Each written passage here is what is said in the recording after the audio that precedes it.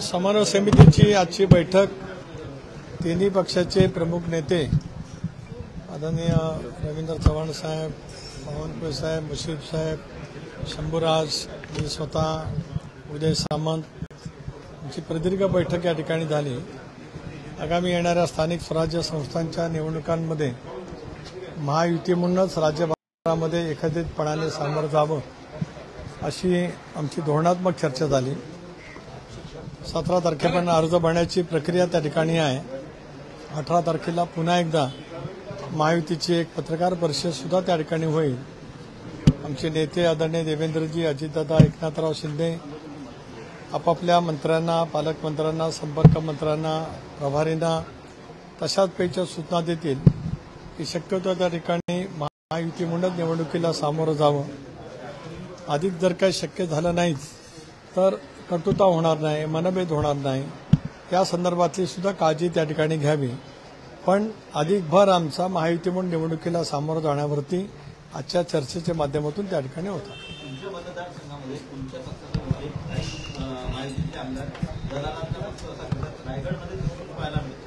आहे, मला मान्य आहे, पण शेवटी मी प्रदेशाध्यक्ष आहे, त्यामुळे या कुठल्याही विषयावरती मी काही बोलणार नाही।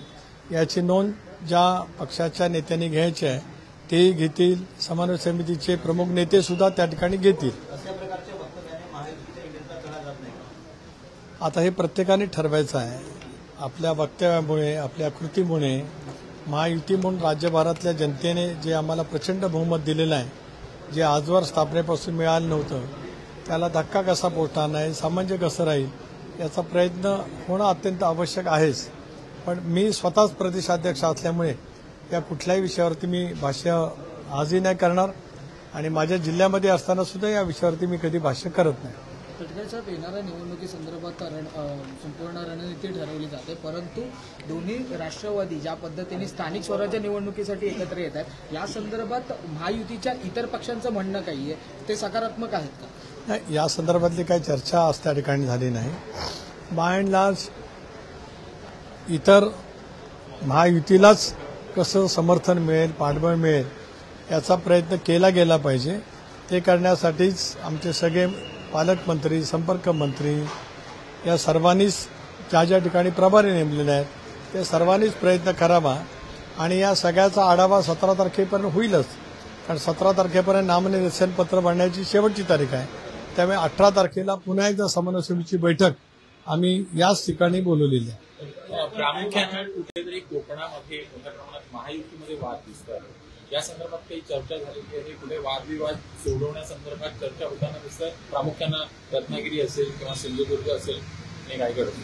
नाही, या संदर्भामध्ये जरूर समन्वय समितीचे नेते म्हणून त्या ठिकाणी बोलण्याचा प्रयत्न करतीलच, पण आवश्यकता वाटली तर दोन्ही उपमुख्यमंत्री यांनी सुद्धा याच्यामध्ये लक्ष घालावं आणि महायुतीमध्ये कटुता वाढणार नाही, महायुतीमध्ये कोणाही पक्षाच्या प्रमुख नेत्यांच्याकडून मनभेद होणार नाही, या दृष्टिकोनातून आम्ही त्या ठिकाणी चर्चा केली। सर, मगाशी अंजली देवाने येथे होत्या, पार्थ पवारांचं जे जमीन प्रकरण आहे, तर ते असं म्हणाले की अजित पवारांनी पालकमंत्री पदाचा पुण्याच्या आणि उपमुख्यमंत्री पदावरून राजीनामा देणं अपेक्षित आहे। मला काय माहीत नव्हतं की अंजलीताई दमाने इथे आहेत। आमची समन्वय समितीची बैठक स्वतंत्रपणाने त्या ठिकाणी चालू होती। शेवटी प्रत्येकजण लोकशाहीमध्ये आपापले मत मांडत असतो। व्यक्ती स्वातंत्र्याचा अधिकार घटनेमध्ये आपल्याला डॉक्टर बाबासाहेब आंबेडकरांनी दिलेला आहे, प्रत्येकजण आपापले मत मांडत राहील। शेवटी या प्रकरणाच्या संदर्भामध्ये राज्य सरकारने एक उच्चस्तरीय समिती नेमलेली आहे आणि त्या समितीचा अहवाल येईल।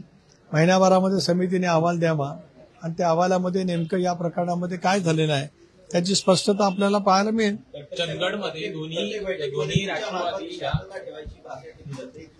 समन्वय समितीमध्ये तसा सूर असतो, पण ही वक्तव्य किंवा वाचाडवीरांकडून जी एकत्रित वक्तव्य येतात ते तुमच्या संदर्भात असतील किंवा महायुतीला डॅमेज होण्यासंदर्भात, ती काही थांबताना दिसत नाही। त्याला काहीतरी लॉजिकल एंड झाला पाहिजे, याच्यात आमचं एकत्रितपणाने चर्चा झाली, ज्यामध्ये मी मगाशी सांगितल्याप्रमाणे समन्वय समितीचे सगळे 6 सदस्य आम्ही त्या ठिकाणी उपस्थित होतो।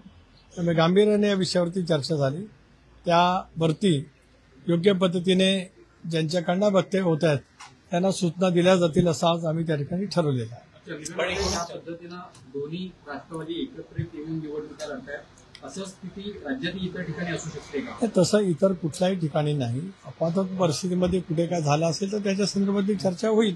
धन्यवाद.